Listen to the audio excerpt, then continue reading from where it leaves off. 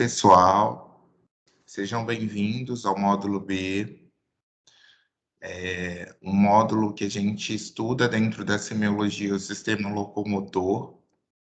Iremos aprofundar nas subespecialidades médicas, né, a ortopedia e a reumatologia. Iremos estudar tanto os membros superiores, os membros inferiores, que fazem parte do esqueleto apendicular, e iremos estudar também a semiologia do esqueleto axial, né? Focando na coluna vertebral, nas marchas, enfim. Hoje o nosso assunto é sobre a semiologia dos membros superiores. Então, como os objetivos de aprendizagem, a gente tem elaborar uma anamnese dirigida para os sintomas dos membros superiores. Então, o que eu tenho que focar dentro da minha anamnese do sistema osteoarticular, do sistema locomotor, direcionada para os membros superiores? Quais são as principais queixas, né, os sinais e sintomas que aqueles pacientes chegam referindo a respeito desse sistema? Realizar o exame físico do ombro, os testes específicos, os testes ortopédicos específicos para avaliar, né, a musculatura específica do ombro ou o conjunto dessas musculaturas, a gente vai discutir à frente.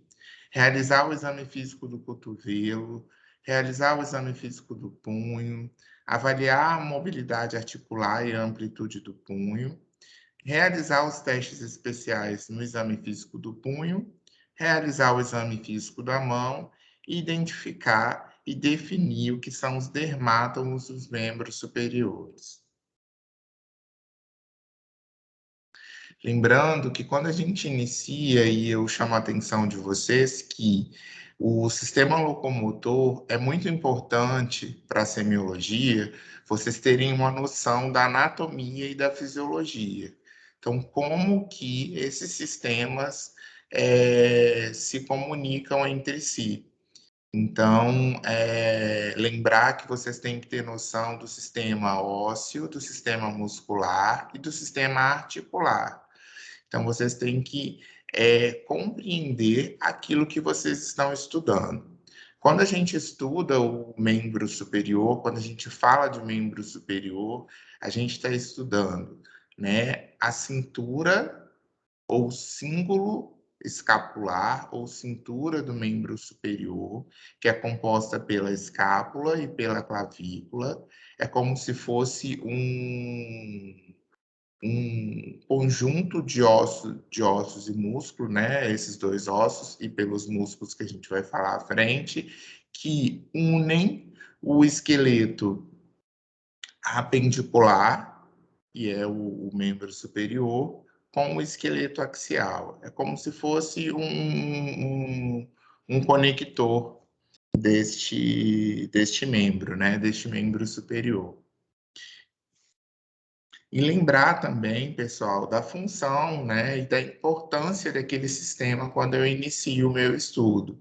Então, lembrar que o sistema locomotor é importante para os movimentos, para o indivíduo realizar as atividades de vida diária dele, né? Então, a gente tem que ter essa noção quando a gente inicia o estudo de um determinado sistema.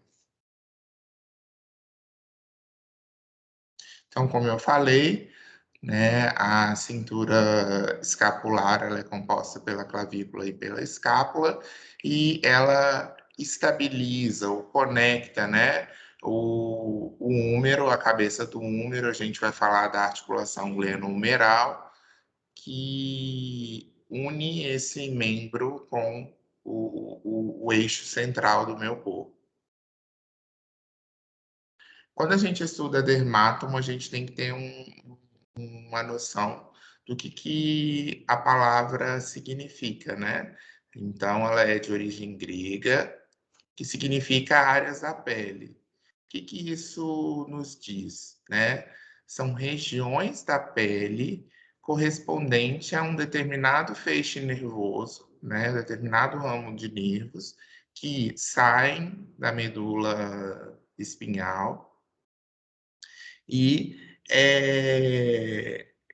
correspondem àquela localização topográfica na pele, né? Então, na verdade, eles são áreas teóricas específicas do corpo humano, que são derivadas de células de um certo somito. Vocês vão estudar isso em embriologia, tá? Que são estruturas segmentadas derivadas do mesoderma.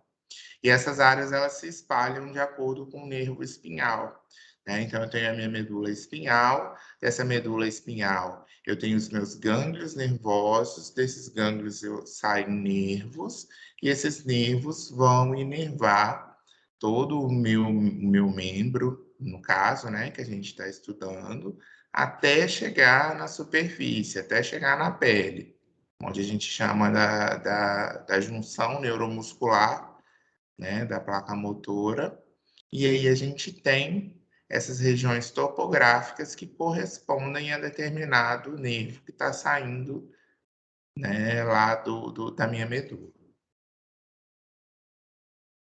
Então, a nível didático, o que, que a gente tem? A gente divide, né, esses dermátomos de acordo com a topografia da minha coluna, da minha medula espinhal, né? Então, por exemplo, aí vocês observam de laranja todos os feixes nervosos que saem da minha coluna cervical. De roxo, da coluna torácica, branco, da coluna lombar e verde, da coluna sacral. Esse verdinho claro, trigeminal, né, é por conta de não estar específico de determinado segmento dessa medula. Então, aqui todos os dermátomos, é claro que a gente não vai ter que decorar e saber isso daí, mas a gente precisa ter uma noção, né, dos principais dermátomos que correspondem aí a determinada região da coluna da medula espinhal. Então, quando a gente vai estudar isso em partes, né? Hoje a gente vai falar dos principais dermátomos do membro superior, que a gente tem que chamar a atenção para vocês. Então, e com o tempo do módulo, vocês vão estudando os outros dermátomos. No membro superior, eu queria chamar a atenção para vocês que a maioria dos dermátomos, eles são de origens cervicais, da minha coluna cervical.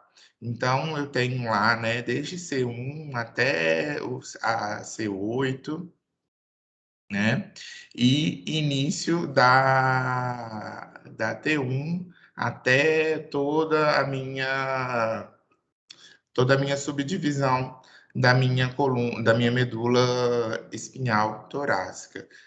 Mas o que é importante para a gente no membro superior? Né? A gente percebe na imagem que a maioria é de origem cervical e que nessa face medial do meu braço e do meu antebraço, ou seja, do meu membro da maior parte do meu membro superior, né? Essa parte aqui anterior do meu peitoral, eu tenho o dermátomo de T1. Então, é importante saber que T1 também faz parte do, do membro superior, tá?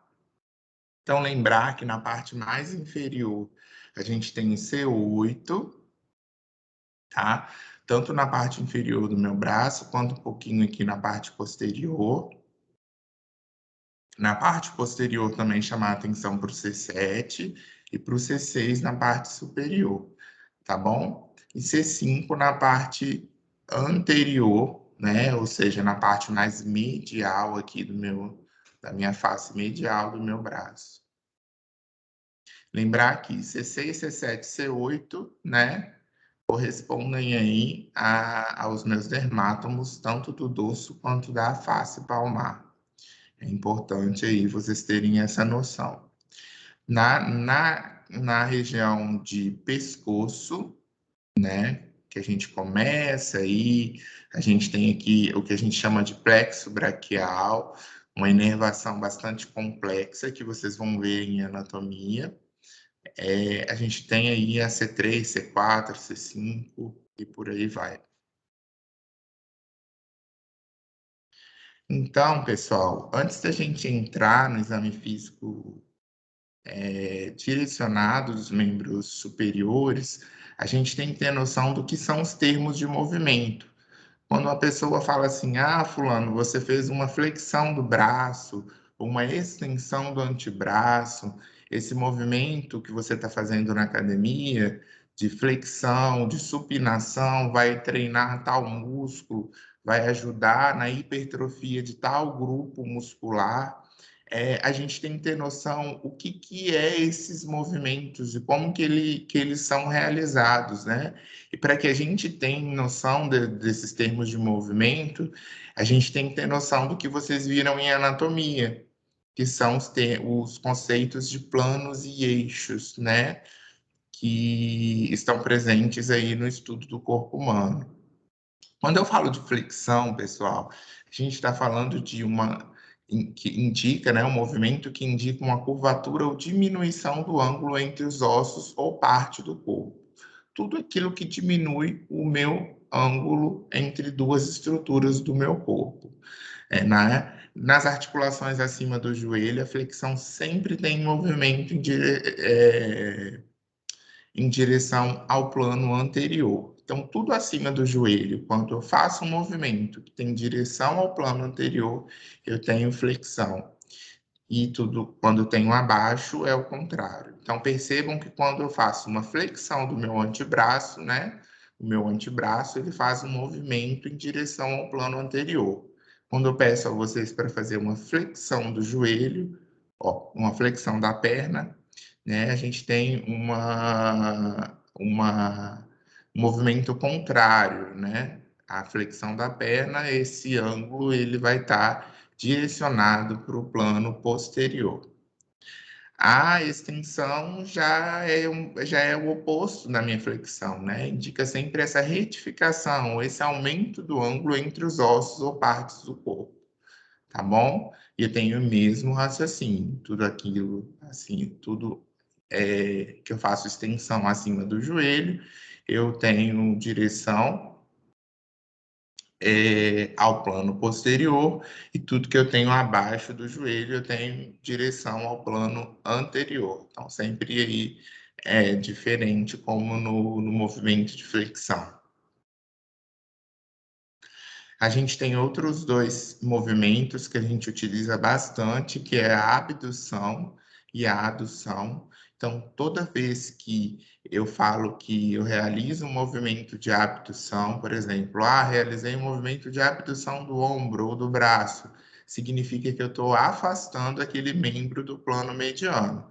Então, a gente sabe que existe um plano mediano que divide o corpo em duas partes, né? Normalmente simétricas, tanto direita quanto esquerda, e quando eu afasto, eu tenho um afastamento lateral deste membro, eu afasto esse membro desse plano mediano, eu tenho o movimento de abdução. O movimento de adução significa ao contrário, quando eu aproximo esse membro aí do plano mediano. A circundução é um movimento circular. Não é todas as articulações que consistem em realizar esse tipo de movimento. Então, como que é feita a circundução? É uma sequência de todos esses movimentos que a gente falou, tanto de flexão, quanto de abdução, quanto de extensão e adução, né? E aí a gente vai fazendo esses movimentos sequenciais, a gente tem um movimento único que a gente se denomina circundução, né? A gente observa presente na articulação do ombro e na articulação do quadril, né? São articulações onde a gente tem um osso com uma superfície um pouquinho arredondada, como a cabeça do húmero e a cabeça do fêmur, e que eles se articulam em um local, por exemplo, no acetábulo aí, né? No quadril, que se articulam num local que permitem, uma articulação que permite dar estabilidade para que este membro realize esse tipo de movimento. Diferente de rotação, tá, gente? É o giro ou a revolução de uma parte do corpo ao redor do seu eixo longitudinal, como virar a cabeça para o lado ou para o outro. Ou seja, na rotação, a gente não tem uma sequência de movimentos como na circundução. Aqui o corpo ele vai girar em torno do seu eixo central. Então, a gente tem uma rotação medial ou interna, quando a gente aproxima a face anterior de um membro do plano mediano. Então, sempre quando eu falo de interna, eu sempre tenho que ter a aproximação do plano mediano. E quando eu faço de rotação lateral ou externa, eu tenho um afastamento desse plano mediano. O mesmo raciocínio de abdução e adução. A gente tem dois movimentos também importantes, que são a pronação e a supinação. Quando a gente está estudando, né, tanto o antebraço quanto o punho, a gente vai observar que o indivíduo ele consegue fazer esse tipo de movimento. Então, como que ocorre a pronação? É quando, o que é a causa, né? É a rotação medial do rádio, de modo que a palma da mão fique voltada posteriormente o dorso anteriormente, né? Então, o dorso da mão a gente observa, né? Está na superfície anterior. Então, quando a articulação do cotovelo ela é fletida, a pronação move a mão de forma que a palma fica voltada inferiormente. Então, dorso para cima, palma para baixo na pronação. A supinação já é o contrário, é o movimento inverso de rotação, né, que gira o rádio lateralmente, descruza ele em relação à una, e aí a gente observa a palma da mão virada para cima e o dorso virado para baixo. A gente tem outros tipos de termos de movimento, a gente vai ver mais nos membros inferiores, como a eversão, onde a gente tem um afastamento da planta da face plantar ou da planta do pé, do plano mediano, girando lateralmente. O movimento de inversão é o contrário, quando a gente move a planta do pé em direção ao plano mediano. O movimento de oposição é um movimento no qual a polpa do polegar, né, o primeiro dedo, é aproximada da polpa de outro dedo, e o movimento de reposição descreve um movimento de retorno do polegar, né, da posição de oposição da sua posição anatômica.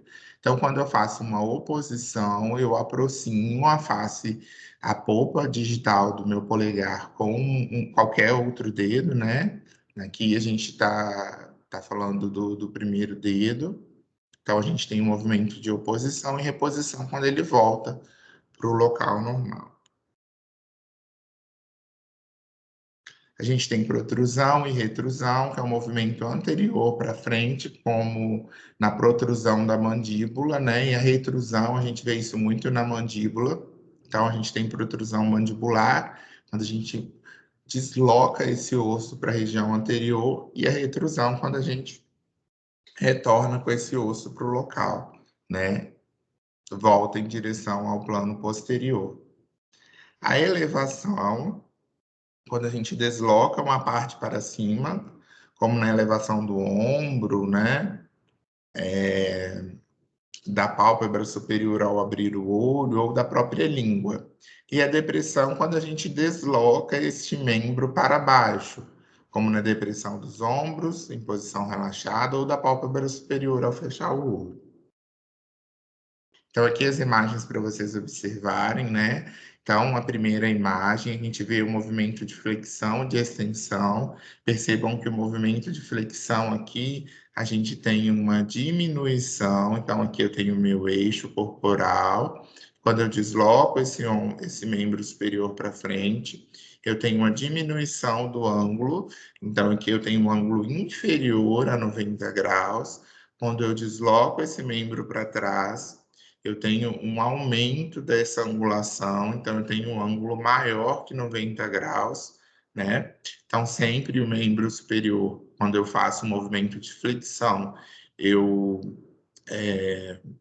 faço um movimento em direção ao plano anterior, e quando eu faço meu movimento de extensão do meu membro superior, né, ao contrário, em direção posterior, né, em direção ao plano posterior. Aqui a gente tem a flexão e extensão do antebraço, tá? Aqui é do meu membro superior todo, do antebraço. E aqui, olha só, ao contrário, né, gente? Então, quando eu falo assim, fulano tá fazendo flexão da perna, né? Então, o que que ele fez? Ele elevou aí, né, uma articulação que está abaixo do joelho, ele elevou o membro em direção ao plano posterior. E a extensão, quando ele eleva esse membro em direção ao meu plano aí anterior, ao contrário.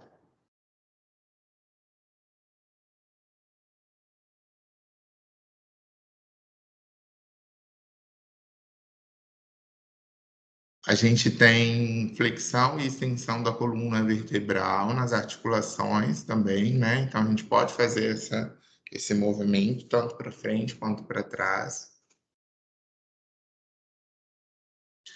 No punho também a gente consegue fazer movimento de extensão, de flexão dos dedos, tá? Observem aí o movimento de oposição e de reposição, características só dos humanos, o que difere dos outros primatas, né? Então, assim, comparação com o macaco não consegue realizar esse movimento de oposição e reposição.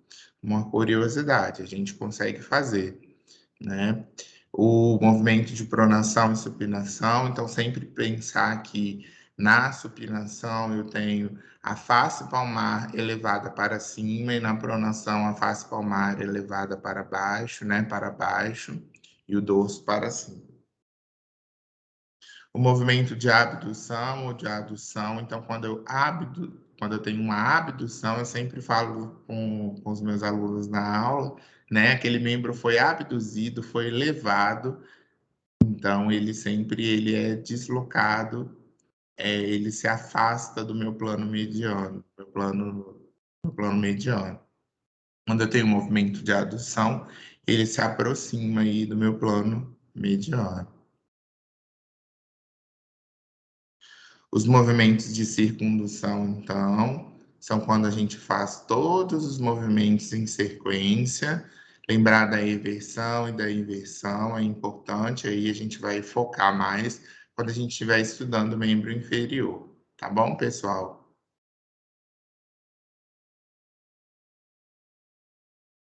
Mais uma imagem para vocês terem noção do que acontece nesses termos de movimento.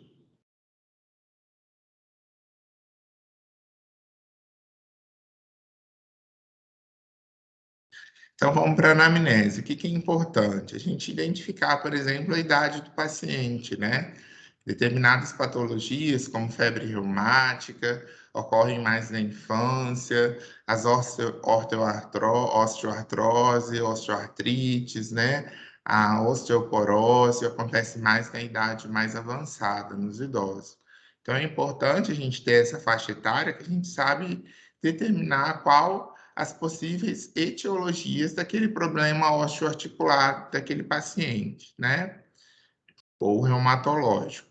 O sexo feminino, por exemplo, a gente tem prevalência de uma doença reumatológica que vocês vão verem aí com o tempo, né? Quando vocês estudarem reumatologia, que é o lúpus eritematoso sistêmico, né? Artrite reumatoide, que causa deformidade e erosão das articulações, e aí a gente tem na nossa inspeção uma uma deformidade óssea muito marcante que vocês acabam vendo uma desconfiguração mesmo da articulação interfalangiana daquele paciente. Então, vocês vão observar aí com o tempo como que essa doença acontece, né? Lembrar também que a prevalência no sexo masculino da gota, da espondilite anquilosante. O que é a gota? É o acúmulo de ácido úrico. Então, o paciente ele pode ter pontos dolorosos naquela articulação, pode ter tufos gotosos, né? São nódulos onde tem um acúmulo de ácido úrico, e a gente observa aí nessa faixa, nesse sexo, né? No sexo masculino. Lembrar também da profissão é muito importante, profissão, né, que aquele paciente que faz movimentos repetitivos, ele pode estar predisposto, ele pode ter maior probabilidade de desenvolver determinadas síndromes. A gente vê a síndrome do túnel do carpo, né, naqueles pacientes que digitam muito, que são os digitadores. Nos professores, a gente pode ter também, né, o professor que utilizava muito a louça, o quadro para escrever.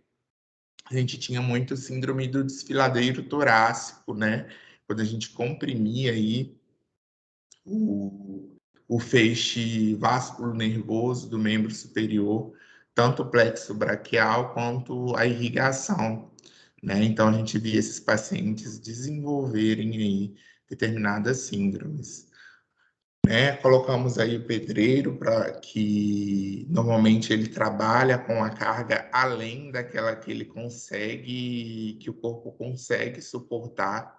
Então a gente tem uma lombalgia, então ponto de equilíbrio na coluna vertebral desse paciente, ele acaba sendo perdido e a musculatura, os corpos vertebrais, eles tentam achar um equilíbrio para tentar compensar e acaba fazendo com que esse paciente tenha uma hipertrofia muscular, uma compressão de nervo, e aí esse paciente refere dor.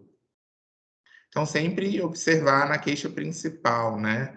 Normalmente, o paciente, esses pacientes, eles são muito poliqueixosos, porque eles sentem muita dor, e dor é um sintoma muito subjetivo, igual a gente estudou, né? E é importante a gente observar e definir de forma determinada essa dor. A localização, o tempo de início, a intensidade, como que é a evolução dessa dor, se tem algum fator desencadeante, por exemplo, eu estava andando e aí de repente eu bati o meu ombro na parede, ou eu caí e bati o meu braço numa superfície, eu tive uma contusão, tive um trauma nessa região. Então, é importante a gente definir isso, né?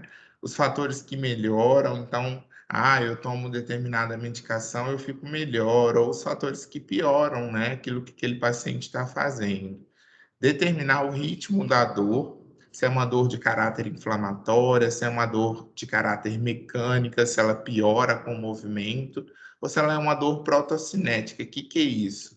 Ela piora ao iniciar o movimento. Então, eu tenho uma dor que para ele é 3, e que quando ele realiza determinado movimento, essa dor evolui para 10, né? Então, a gente determina e chama e caracteriza essa dor de protocinética. E lembrar dos sintomas associados. Nesses pacientes, é importante a gente investigar sintomas específicos, que são dor, rigidez. O que é rigidez? Diminuição da amplitude do movimento. Então, aquele paciente ele não consegue realizar um movimento porque aquela articulação está muito rígida. Edema, então você tem um edema naquela articulação.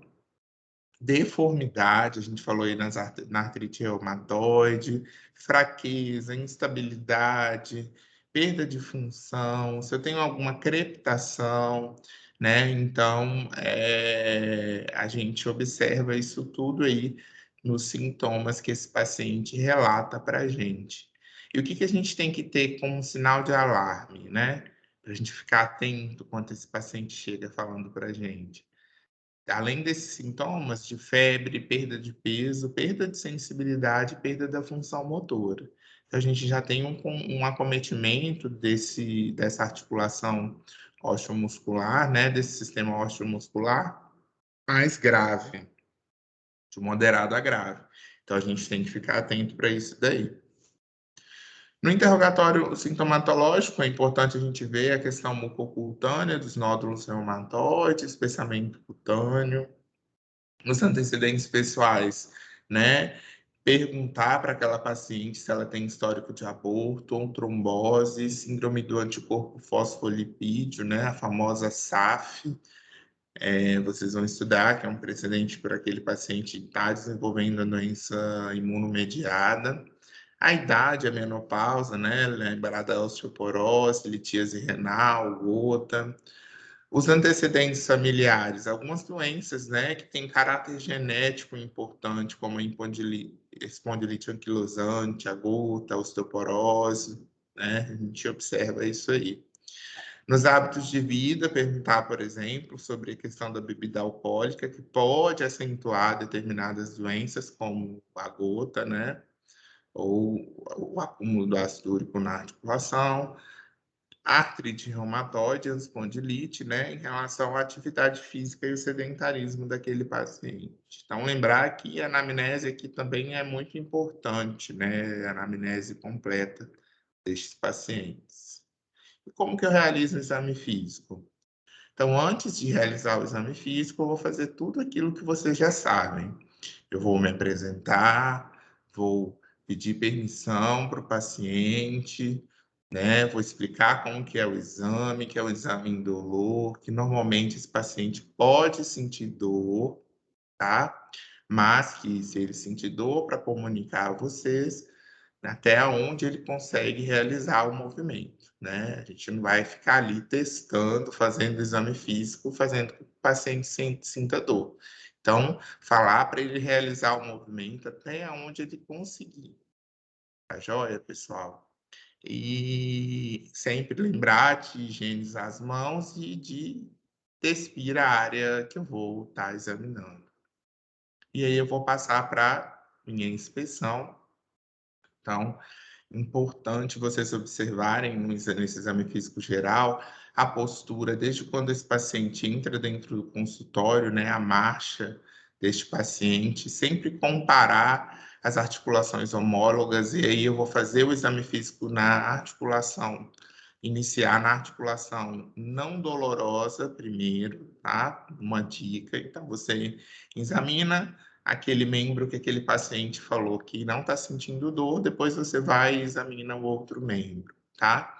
Observa sempre também a questão da simetria, se aquele membro está simétrico ou assimétrico, com um lado contralateral, a forma, o volume, o alinhamento e os desníveis articulares, tá? Interessante vocês observarem também a questão da pele, se tem algum sinal flogístico, se tem alguma hiperemia, algum edema, né? Alguma alteração de cor, cicatriz, hipotrofia do músculo. Isso tudo é importante a gente observar na inspeção. Na palpação, a gente vai ver as tumefações, né? Que são esses tumores, né? O próprio nome já diz, que não necessariamente fala de ser um câncer ou uma doença neoplásica, que pode ser, por exemplo, um edema, ou seja, um acúmulo de líquido, né, naquela articulação, ou a deposição de ácido úrico, né? A gente tem os tumores, as tumefações gotosas, né? Lembrar de observar o calor articular, então sempre observar o calor com o dorso das mãos, tá? Das falanges aí, bem descrito para vocês, da segunda ao terceiro querodáctilo, tá? Observar se aquela articulação tem crepitação, se tem algum derrame articular, se tem algum ponto doloroso. Avaliar a mobilidade articular. Então, como que eu vou avaliar a mobilidade articular? Pedir o paciente para fazer determinado movimento. E aí a gente tem dois tipos, né? A gente pode fazer um movimento tanto ativo, ou seja, a gente pede o paciente para fazer e ele mesmo vai fazer aquele movimento sem a nossa ajuda. A gente tem o que a gente chama de realização do movimento passivo. O que é um movimento passivo? O examinador faz aquele movimento paciente e a gente tem esses movimentos realizados com ou sem a contrarresistência do examinador. Então, aqui a gente avalia a mobilidade articular daquela articulação. Então, eu fiz a minha inspeção, a minha palpação, Depois eu vou avaliar se aquela articulação está realizando a flexão legal, se está realizando a extensão, tá? Todos os movimentos que aquela articulação consegue realizar. Depois, pessoal, que eu avalio a mobilidade dessa articulação, eu vou ver a amplitude desse movimento. Será que esse movimento ele está realizando uma amplitude total, uma amplitude legal? Eu consigo aí avaliar e medir a angulação dessa amplitude desse movimento que esse paciente está fazendo. E depois eu vou passar para as manobras específicas para cada grupo, né, de articulação ou do sistema que eu estou examinando, onde a gente fala que são os testes ortopédicos específicos, né, que a gente vai avaliar aí no nosso exame físico. Então, aqui a gente vai segmentar, vamos começar primeiro no ombro. Então, no ombro eu tenho que ver inspeção, forma, volume, trofismo, igual vocês viram no exame físico geral do membro superior. Fazer palpação também idêntica, né? Ver se tem crepitação, pontos dolorosos, espasmos musculares, enfim. No ombro, eu quero chamar a atenção para vocês já devem ter visto isso em anatomia ou vão ver, da articulação glenohumeral, uma articulação importante, né, que comunica tanto o húmero com a cintura escapular. Então, observem aí a importância dessa articulação glenohumeral. Observar também os músculos que fazem parte, né, que estabilizam essa articulação, que são os músculos do manguito rotador. A gente vai falar quais são. Realizar os movimentos normais e depois passar para os testes especiais. Os músculos do manguito rotador compõem os músculos supraespinhal, subescapular, o músculo supraespinhal, né? O músculo, quando a gente fala de supraespinhal, a gente tem uma noção que ele está acima, né, ele é o músculo mais superior do manguito rotador. O subescapular, ele está na face anterior da minha escápula, né? Então a gente não consegue palpar o subescapular. Depois a gente tem o músculo infraespinhal, ou seja, o músculo que está ali abaixo da espinha da escápula, e o redondo menor. São todos esses os músculos que compõem o meu manguito rotador. Então, quando a gente passa, né, depois que a gente avalia todos esses termos de movimento, a gente passa para a avaliação de amplitude do movimento, né? A gente pode fazer o primeiro teste para a gente avaliar o ombro, né, essa articulação como um todo, que o nome a gente dá para o arco doloroso dessa articulação acromioclavicular. Então, a gente pede o paciente para fazer esse movimento aí, como vocês observem, né? Então, o braço aqui, na posição anatômica, eu vou pedir para esse paciente fazer um movimento de abdução desse braço até onde ele conseguir, até aproximar esse braço da cabeça. Então, eu vou ter um movimento aí de 180 graus. E aí a gente observa, né, nas pessoas normais, que esse paciente ele consegue realizar esse tipo de movimento. Nos pacientes que têm acometimento dessa articulação, eles não conseguem realizar esse movimento de forma completa, né? Então, eu tenho uma limitação aí na realização do movimento.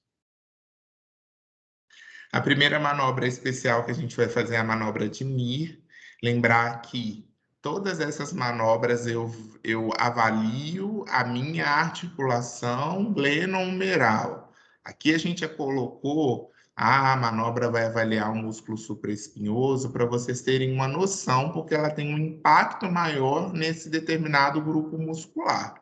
Mas se vocês tiverem uma questão de concurso, uma questão de prova perguntando, cite manobras que podem influenciar, né, na avaliação da estabilidade do músculo do manguito rotador, né, dos músculos do manguito rotador ou da articulação glenomeral. Vocês têm que citar todas. Aqui a gente está falando e dividindo para vocês, para ajudar vocês a entender aí na hora do estudo. Então, o paciente ele está sentado, enquanto o examinador ele fica em pé ao lado do ombro envolvido, tá? O examinador ele levanta o braço do paciente em flexão, então é um movimento passivo com uma mão, enquanto a outra estabiliza a escápula. O examinador ele aplica uma flexão forçada até a amplitude máxima, uma tentativa de reproduzir uma dor no ombro. Se a dor no ombro concordante estiver presente, o teste é positivo. A gente vê a manobra de Nia. Bem tranquila de ser feita. A manobra de Hawkins-Kennedy avalia o impacto subacromial também. Mais uma vez, é uma manobra que ela tem uma influência muito importante no meu músculo supraespinhoso, tá? Avalia também bursite subacromial, laceração do manguito rotador ou laceração do lábio glenoidal superior. Então, o paciente ele vai estar sentado, enquanto o examinador fica em pé anteriormente ao ombro envolvido. O examinador ele levanta o braço do paciente em aproximadamente 90 graus de flexão ou abdução do ombro com uma mão, enquanto a outra mão estabiliza a escápula deste paciente. O examinador ele aplica uma rotação medial forçada ao húmero em uma tentativa de reproduzir a dor concordante do ombro. Se a dor concordante do ombro estiver presente, o teste ele é positivo. Então, como que a gente faz? Né? Este movimento que a gente vai fazer. Estabilizar a escápula com a nossa mão não dominante e fazer esse tipo de movimento passivo, né? O paciente vai fazer um movimento passivo, a gente vai fazer um movimento para ele e avaliar, ver se ele vai sentir essa dor. A manobra de Okun também avalia o músculo supraespinhoso, mas também tem uma influência na articulação no geral. Esse paciente ele pode estar de pé ou pode estar sentado também. E aí, como que a gente vai pedir para esse paciente fazer? Ele vai colocar a mão do membro afetado no ombro contralateral. E aí ele vai fazer um movimento com o cotovelo de cerca de 90 graus, tentando elevar o cotovelo passando do nariz. E aí a gente vai observar, né, a amplitude com que esse paciente consegue fazer este movimento. Então, o examinador, ele na frente do paciente, ele instrui para que o mesmo realize uma flexão do braço até o cotovelo tocar a testa, né? Então, passou do nariz até tocar a testa, a gente vê aí que o paciente conseguiu realizar a manobra de Okun.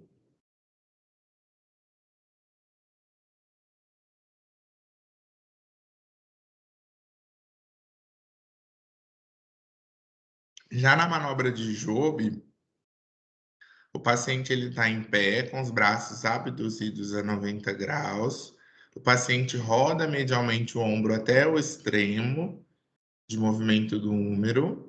O examinador aplica uma força inferior aos cotovelos do paciente, enquanto o paciente resiste ao movimento.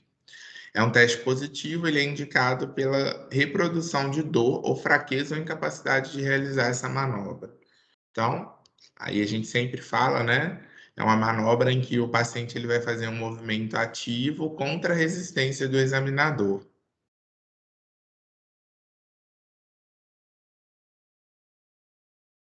Agora a gente vai falar das manobras que vão avaliar um grupo muscular específico.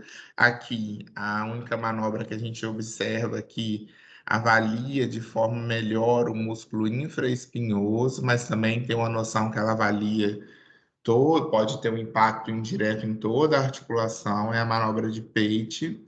O examinador é instruído a realizar uma abdução com o braço a 90 graus, uma flexão do cotovelo a 90 e uma rotação externa do braço contra a resistência do terapeuta imposta, na altura do punho do paciente. Então, como que é essa avaliação?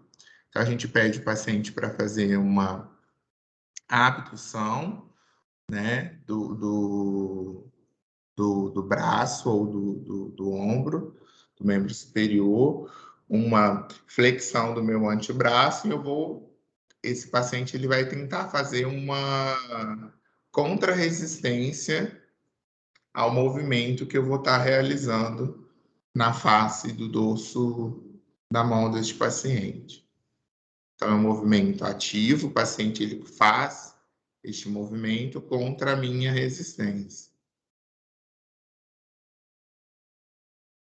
A manobra de Geber, ela vai avaliar o músculo subescapular, né?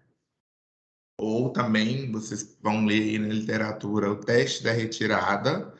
O examinador, ele instrui o paciente para realizar uma abdução e uma rotação interna do membro superior, onde ele vai colocar o dorso da mão na região lombar dele.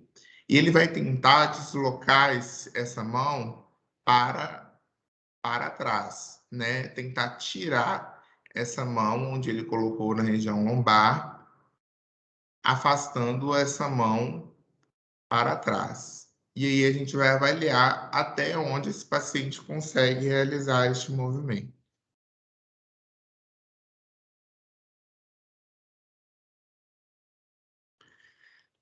Aqui eu coloquei a avaliação dos testes para avaliar o músculo do bíceps, também para facilitar o estudo de vocês, mas lembrar que quando eu tenho uma questão de concurso, uma questão de prova, perguntando se a manobra de speed ou a manobra de ergaço influenciam na articulação glenohumeral, na articulação do ombro, influencia sim, porque a gente vê que a inserção do bíceps, né, as origens tendíneas do bíceps, elas estão lá dentro dessa articulação.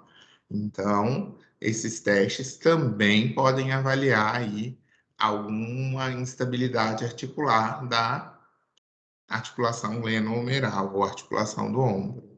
Então, a manobra de speed, então, ela vai avaliar todos os estágios de todo o impacto subacromial, qualquer lesão do lábio glenoidal e doença do próprio bíceps, né? Por isso que a gente coloca aqui para avaliar o bíceps, para facilitar o estudo de vocês. Então, o paciente ele assume uma posição ortostática e ele é instruído a realizar, estender seu cotovelo e supinar completamente o antebraço. O examinador em pé, em frente ao paciente, resiste à flexão de 0 a 60 graus. Se o paciente ele localiza a dor concordante no sulco bicipital, o teste ele é positivo. Então, eu vou fazer uma elevação desse meu membro superior na posição de supinação, e aí eu vou fazer o paciente vai fazer um movimento ativo contra a resistência do examinador, eu vou elevar, né, vou fazer uma extensão desse membro superior, e aí eu vou avaliar o impacto aí na inserção do bíceps. A manobra de ergação também avalia o impacto subacromial de qualquer lesão do lábio glenoidal e de doença da cabeça longa do bíceps braquial. Como que é a semiotécnica? O paciente, ele pode sentar ou ficar em pé, o examinador, ele fica em pé ao lado do paciente, o cotovelo do paciente, ele é flexionado a 90 graus e o antebraço é posicionado em pronação, mantendo o braço na lateral do corpo. O paciente é instruído a supinar seu antebraço, enquanto o examinador simultaneamente resiste à supinação do antebraço no punho. Se o paciente localiza dor concordante no sulco bicipital, o teste ele vai ser o quê? Positivo. Né? Então, aí o paciente ele vai tentar realizar o movimento de partida dele, é um movimento onde ele está com o antebraço pronado e ele tenta fazer uma supinação forçada contra a resistência do examinador. E aí a gente avalia o impacto que isso tem tanto na origem e inserção do meu músculo do bíceps. Cotovelo, então a gente passou da articulação do ombro, agora a gente vai vir para a articulação do cotovelo. Lembrar que a articulação do cotovelo também é chamada do tipo de articulação do tipo gínglimo, É uma articulação onde ela realiza movimentos limitados, como extensão e flexão apenas, mas que a maioria dos médicos esquecem de avaliar essa articulação. Ela pode esconder aí, né, lesões de tufos gotosos, psoríases. Então, a gente tem sempre que estar analisando aí, inspecionando a região do cotovelo. Pedir o paciente para fazer uma extensão dessa articulação, você visualiza melhor a articulação do cotovelo.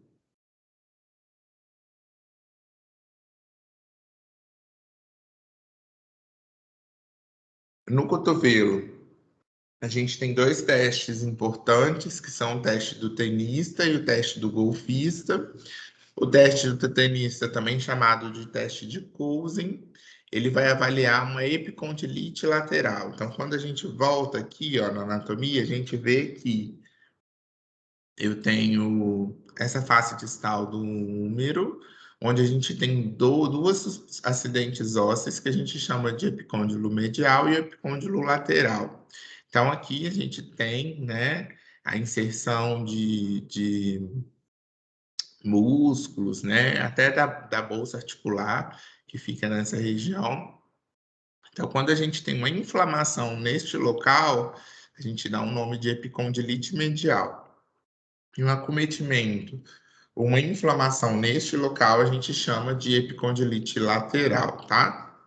Então, o teste de Cousing, o teste do tenista, ele vai avaliar a epicondilite lateral. Eu sempre falo para meus alunos, teste do tenista, epicondilite lateral, né? Então, sempre vê o tenista, lateral. Então, a semiotécnica, né? O paciente ele está sentado, ele está em pé, o examinador ele palpa o epicôndilo lateral com seu polegar, e aí o paciente ele fecha a mão com o antebraço em pronação e o punho em desvio radial. Então, eu vou pedir o paciente para fazer um desvio radial contra a resistência do examinador. Então, eu vou estabilizar a articulação com minha mão contra não dominante, né? O paciente ele estende o punho contra uma força aplicada pelo examinador, então ele faz uma pronação forçada com desvio radial. O teste ele vai ser positivo se esse paciente ele referir dor nessa região. Já o teste do golfista já é o contrário. Eu vou palpar o meu epicôndilo medial e o paciente ele vai fazer uma supinação forçada contra a minha resistência imposta durante o teste.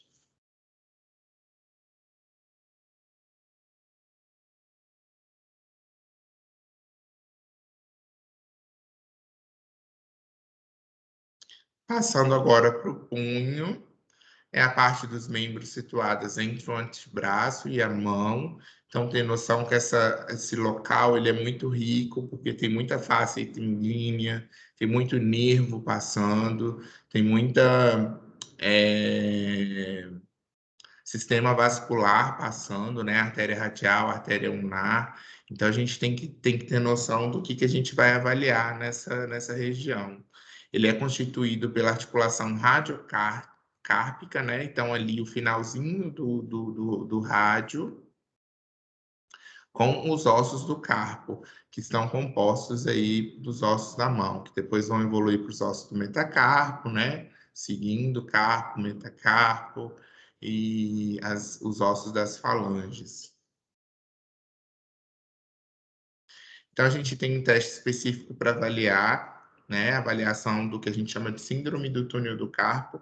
Então, o que é o túnel do carpo? Vocês observem aqui que eu tenho um nervo que ele passa nessa região, né, chamado de nervo mediano, e ele passa dentro de um túnel mesmo, né? Então aqui a gente tem o tendão que está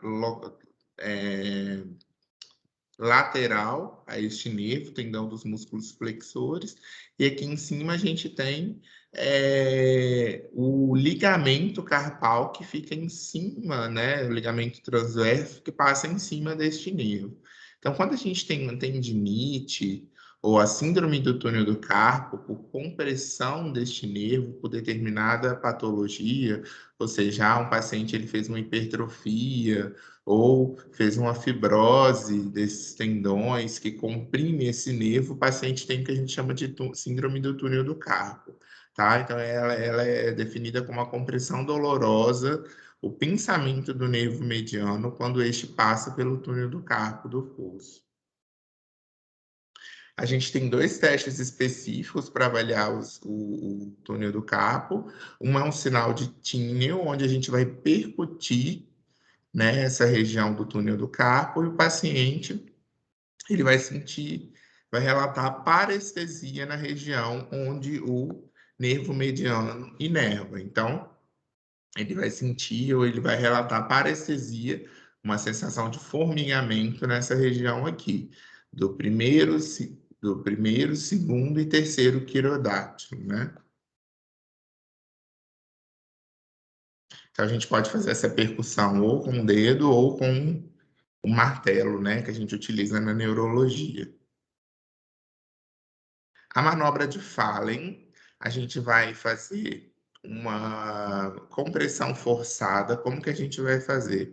A gente vai pedir ao paciente que ele mantenha os antebraços na vertical e permita que ambas as mãos caiam em flexão completa de punho por aproximadamente 60 segundos. Então, a gente vai fazer um movimento de oposição dos dois dorsos das mãos do paciente, tá? Vocês vão ver a imagem aqui. Se esse paciente referir dor, eu tenho a manobra de Fallen positiva, sugestiva de acometimento do túnel do carpo. Então, a gente tem aqui, né, os dois dorsos, os dorsos opostos, o paciente faz essa força, é um movimento ativo, e aí o paciente ele pode referir dor. A gente tem também outra síndrome chamada de síndrome de Decker-Vein, né? A síndrome de Decker-Vein, ela é uma inflamação que afeta os tendões do punho, que se dirigem, desculpa, perdão pela palavra, que se dirigem para o polegar e, nomeadamente, os tendões do abdutor longo e extensor curto do polegar. Então, abdutor longo e extensor curto do polegar, aqui também tem uma face muscular que passa em cima deste tendões, né, desses tendões, e quando eles são comprimidos, né, eu tenho o que a gente chama de síndrome de Decker-Vein. Lembrar que aqui eu não tenho compressão de nervo, eu tenho compressão de tendão. Então, quando eu tenho a síndrome de Decker-Vein, eu vou fazer o teste de Wilkes-Ten. Então, o paciente ele vai fechar a mão com o polegar internamente aos dedos, o examinador ele estabiliza o antebraço e desvia o punho no sentido ulnar. O teste ele vai ser positivo, né? O teste positivo ele é indicado pela dor ao longo dos tendões do abdutor longo do polegar e extensor curto do polegar do punho. É indicativo de paratendinite. Então, aí a posição que vocês vão fazer, né? Vocês vão fazer, o paciente ele vai fazer essa posição contra a resistência imposta pelo examinador. Não esquecer do exame físico das mãos, tá, pessoal? Então, a gente tem que avaliar as articulações interfalangianas, se estão alinhadas, se estão de forma adequadas, fazer a palpação, ver os pontos dolorosos, ver onde o paciente queixa de dor, tá bom? Tanto as articulações metacarpofalangianas como as interfalangianas. Então, ver se tem algum desnível. A gente tem a síndrome de Dupuytren, Dupuytren caracteriza por um progressivo espessamento e encurtamento da face muscular e digital da mão, conduzindo a contraturas musculares. Quando eu tenho essa contratura, o paciente ele adota essa posição na mão aí, né? lembrar dos tufos gotosos, né? Então, que vocês percebam a mão de um paciente que tem artrite reumatoide. Então, as articulações não estão simétricas, eu já tenho desabamento ou acometimento total das articulações. O baqueteamento digital é importante, a gente vai estudar isso lá em sistema cardiovascular, pode ser um indicativo de uma insuficiência cardíaca, né? Então, o formato do dedo desse paciente, ele se modifica de acordo com a perfusão periférica, a mesma coisa no fenômeno de Reino, né? Então, eu tenho que avaliar sempre a face anterior e o dorso da mão. Certinho? Então, por hoje é só. Espero que vocês estudem esse conteúdo. Até a próxima.